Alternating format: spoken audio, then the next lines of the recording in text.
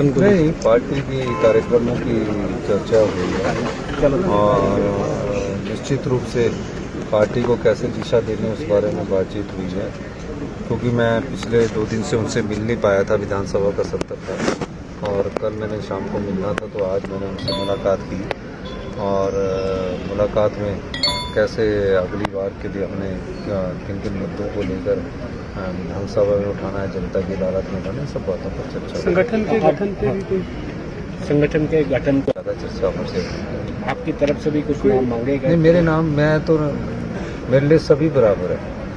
मेरे लिए कोई ऐसा नहीं है कि जो बराबर नहीं है। मेरा कोई अपना व्यक्ति कोई क्योंकि पार्टी में कोई अब विशेष गुट रहा नहीं है और सारी पार्टी कांग्रेस की विचारधारा के साथ चल रही है। निश्चित रूप से किसी भी पार्टी के किसी भी नेता को अगर अध्यक्ष बनाते हैं, हमारा पूरा उसको समर्थन रहेगा। स्टाइल जिस तरह से रिप्लाई दिया है जगत कि भाजपा कहती कुछ और है और करती कुछ और है। नियम 67 के तहत प्रस्ताव भारतीय जनता पार्टी वाले लेके आए। हमारे विधायकों ने 130 के तहत ही आपदा का प्रस्ताव दिया हुआ था। मैं बार बार जोर करने के बाद मैंने अध्यक्ष महोदय से बात की कि नियम 67 पर चर्चा कर ली जाए। 4 दिन तक चर्चा हुई। 4 दिन चर्चा करने के बाद जब उसका उत्तर देने की बात आई तो उत्तर के समय में वॉकआउट कर गए और जो विपक्ष के नेता थे जो नियम 67 की बात कर रहे थे वो तो अंदर आए भी नहीं और हमने स्पष्ट उत्तर दिया है। अब केंद्र सरकार से हमें कोई स्पेशल रिलीफ पैकेज नहीं मिली।